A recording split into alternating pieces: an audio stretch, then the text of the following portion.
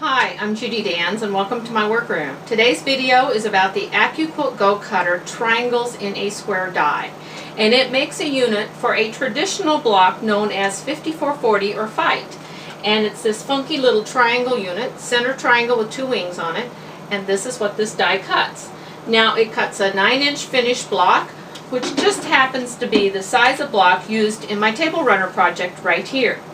I won the Accuquilt EQ7 Quilt Design Challenge in September, but as so many of my electric quilt designs, it's not made up into a real quilt just yet. So I made the table runner in the coloration just to see how I'd like it. I love it. I'm looking forward to doing the quilt, and I'm looking forward to getting this project finished and on my table. Now to talk a few minutes about the actual element we're going to cut. It ends up sewing into this funky triangle and a square. It is composed of a center triangle, a wing on the right, and a second wing on the left. And the reason I name these different is because they are different shapes. This wing will not fit on this side unless you have wrong side out. So if you had typically, when we make this block, we buy rulers that will cut these unique shapes. And if you forget to turn your ruler halfway through the project, you'll end up with cutting all one wing and you won't have the other side. I've done that. That's how I know that happens. But with the Go Cutter die, getting all the wings and the right wings is not going to be difficult at all. There's just one little trick. Now in the die, what we cut are two center triangles, this guy right here, and we cut 4, and initially you may look at this and say, oh, there's the wings I need to go with my two triangles. Wrong. What you're actually cutting is 4 right wings.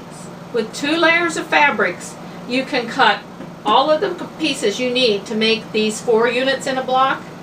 But in order to do that, you need to have 2 layers of fabric, and you need to have right sides together or wrong sides together.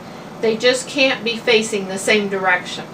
And if you put right sides together to run it through the die, you will end up with 4 right wings, 4 left wings, and then you do 2 layers for your center.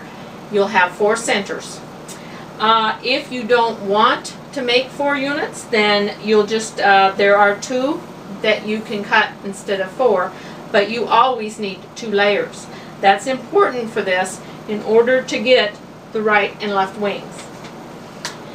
Now the other thing with this particular unit is precision. It is a unit that requires precise sewing. Now Accuquilt made that very easy because they cut off the points in the right direction so that when you go to do this here, when you go to sew them, you simply match your top and your bottom, and it's going to sew it perfectly. So the die makes sewing easier because all of your points are pre-cut. They're pre-cut precisely where they need to be. Now let's talk about cutting this unit precisely on an Accuquilt Go Cutter die. There's a couple rules.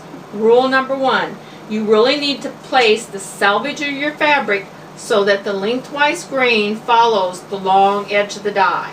In other words, if you laid fabric on this die, the selvage would follow.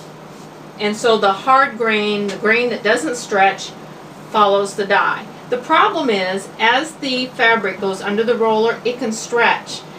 And then when it pops back into place, it's a little smaller than you expect, and you don't get very nice wings. So I always make sure that with this die, I follow the rule that lengthwise grain follows the long side of the die. The other thing I do is I use a piece of fabric between my fabric. So I've got some fabric here. I've got my fabric for the center, and I should be ready to run it through the die. But if I really want precision, I take a piece of paper And after I placed my fabric, I put my piece of paper on top, and that will, I've never had a problem with precision after I've done a piece of paper. Now what I'm using here is a catalog, Christmas catalog. That Christmas is long gone. I don't need it anymore. The nice thing about Christmas catalogs, the ink tends not to come off, and also, or any catalog actually, the ink doesn't come off. You want to make sure, rub it, make sure your ink isn't going to come off, and it's always nice thin paper so that you're really not taking up a lot of space between the mat and the die. The third thing I do for accuracy is I don't do more than 2 layers of this die. It will cut more, but it's not as accurate. When you start stacking your fabrics up, the stack can slip a little bit while it's cutting.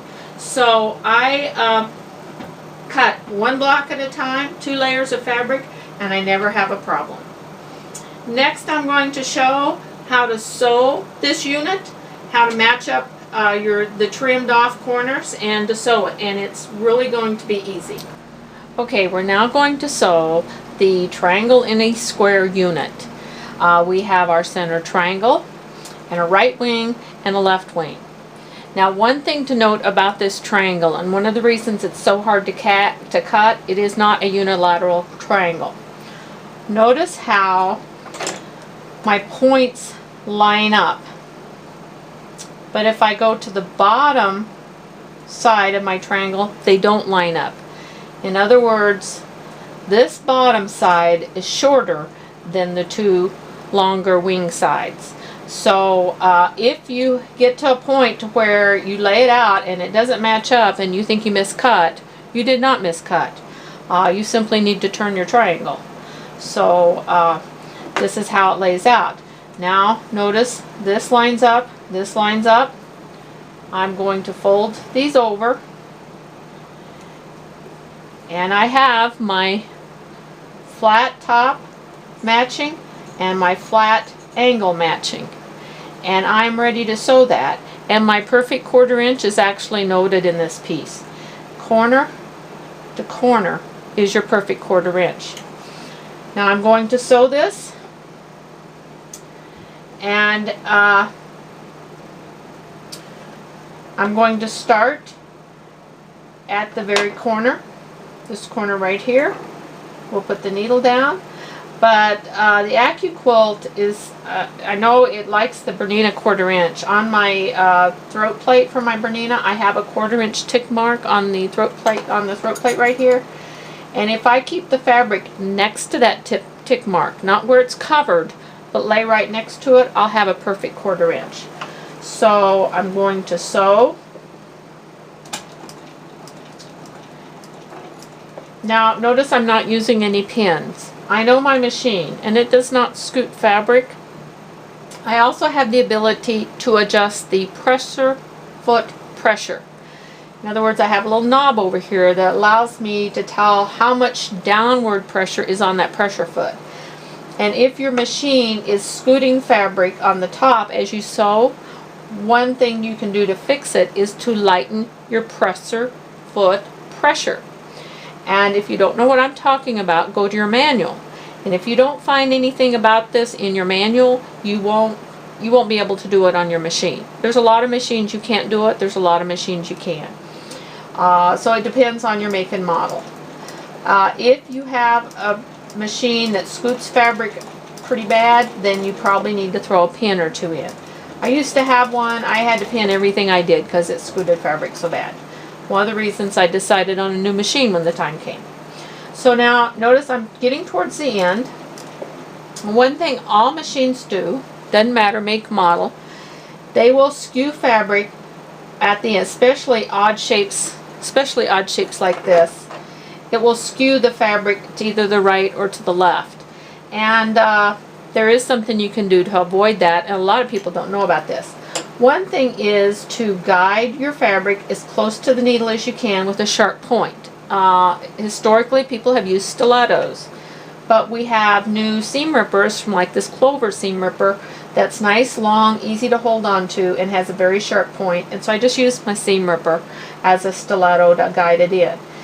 Unfortunately, this alone won't stop that fabric from wanting to skew from one side to the next.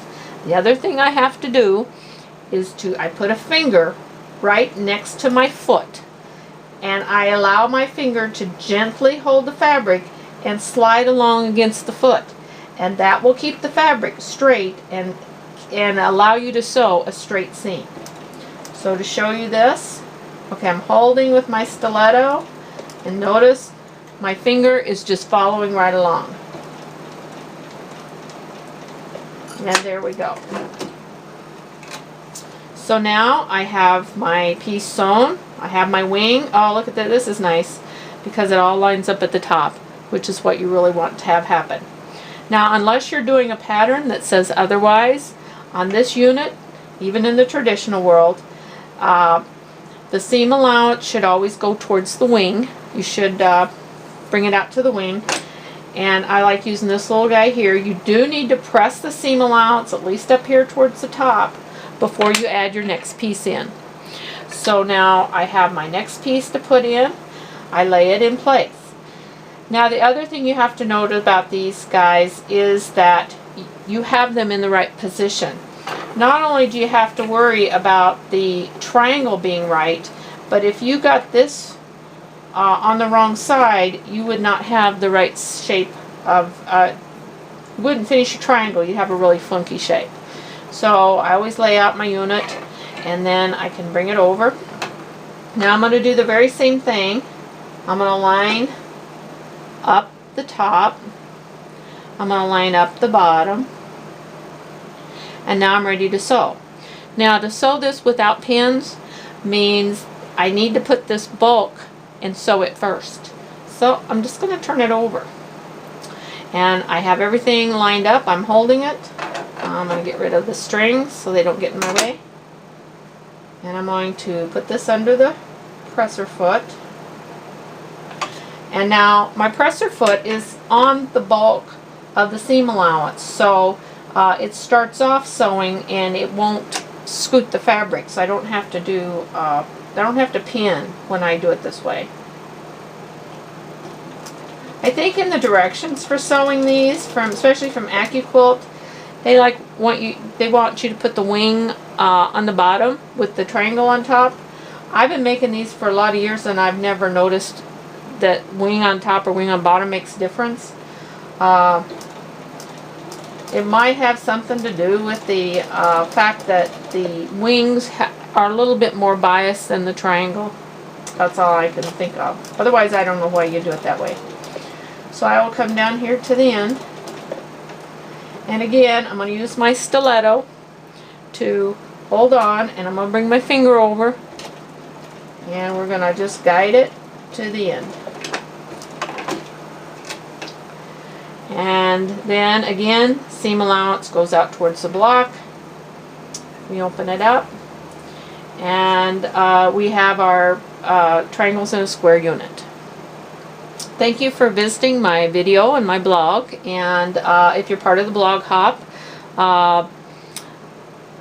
please visit the other bloggers that are involved, and there is a picture of the winning quilt for the Quilt Design Challenge in September. It will be on my blog as well. Thanks.